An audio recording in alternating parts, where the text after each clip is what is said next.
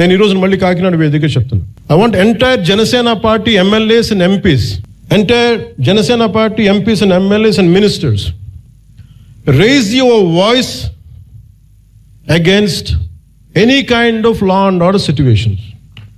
బలంగా చెప్పండి. ఇది నేను కుటుంబ నాయకులందరికీ నేను చెప్పలేను కాబట్టి, అది నా పరిధిలో లేదు కాబట్టి నేను వారు చెప్పట్లేదు. కానీ నా పార్టీ నాయకులందరికీ, నా పార్టీకి సంబంధించిన మంత్రివర్గానికి, ఎంపీలకి, ఎమ్మెల్సీలకి మీకు చెప్తున్నాను, నేను అన్నిసార్లు నేను వెళ్ళి మాట్లాడను, మీరు మాట్లాడాలి. మీరు కూర్చోబెట్టి లా అండ్ ఆర్డర్ని మట్టుకు కూర్చోబెట్టి కులాలని రాజ్యంగా వాడుకుంటే మట్టుకు మీరు కామ్గా ఉంటే కుదరదు.